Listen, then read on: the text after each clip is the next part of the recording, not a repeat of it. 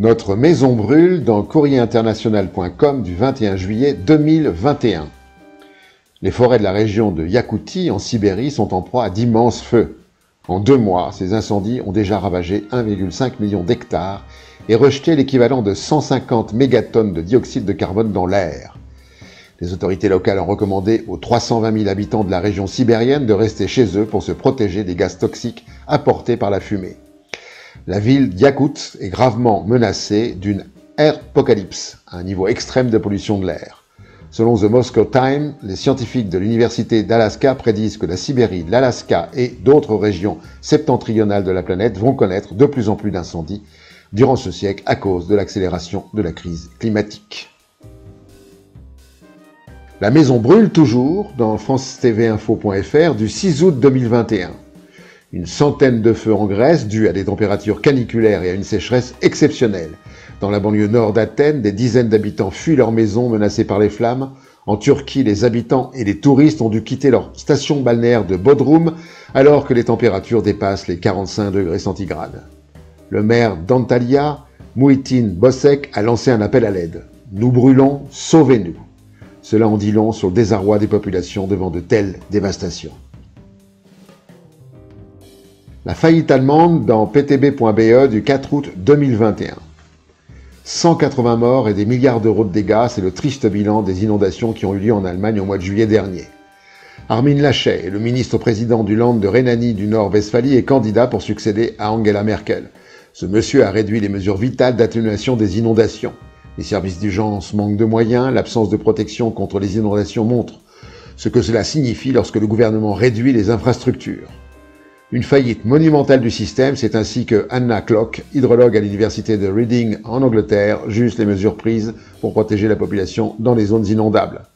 À la question de savoir si, après ce désastre, il changerait de politique climatique après cette catastrophe, M. Laschet a répondu pour la télévision « Ce n'est pas pour une telle journée de catastrophe que l'on change de politique ».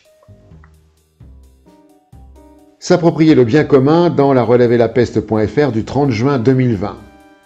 Nestlé Waters a illégalement pompé plus de 10 milliards de litres d'eau depuis 2007 dans la région de Vittel sans que le préfet s'en émeuve, plus prompt sans doute à déloger quelques islamo-gauchistes vivant en yourte.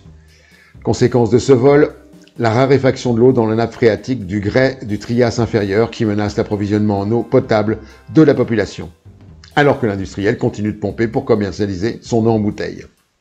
Curieux paradoxe, les autres sources où puise Nestlé sont considérées comme étant trop minéralisées pour répondre aux critères d'eau potable pour les habitants, mais peuvent quand même être vendues sous forme d'eau en bouteille. Les sciences du climat ne datent pas d'hier dans futurascience.com du 3 août 2021.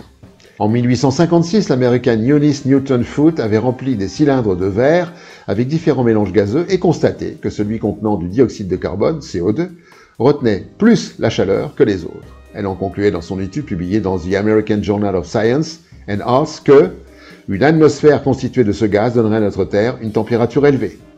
Dans les années 1825, le physicien français Joseph Fourier a réalisé que l'atmosphère jouait un rôle pour empêcher la chaleur d'être immédiatement dispersée dans l'espace. Vers 1860, le physicien irlandais John Tyndall approfondit les recherches d'Eunice Foote et démontre le principe de l'effet de serre quand les gaz piègent le rayonnement du sol réchauffé par le soleil. Dès la fin du XIXe siècle, le chimiste suédois Svante Arrhenius met en garde contre la consommation d'énergie fossile et son influence sur l'augmentation du CO2 dans l'atmosphère.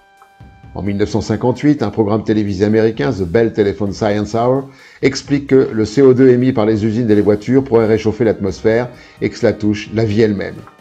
En 1975, le chercheur américain Wallace Broecker publiait un article dans la revue Science avec ce titre « Changement climatique, sommes-nous au bord d'un réchauffement planétaire prononcé ?» On ne peut pas dire qu'on ne savait pas, et ceci depuis longtemps. Et pour finir, la connerie de la semaine. À la prochaine fois.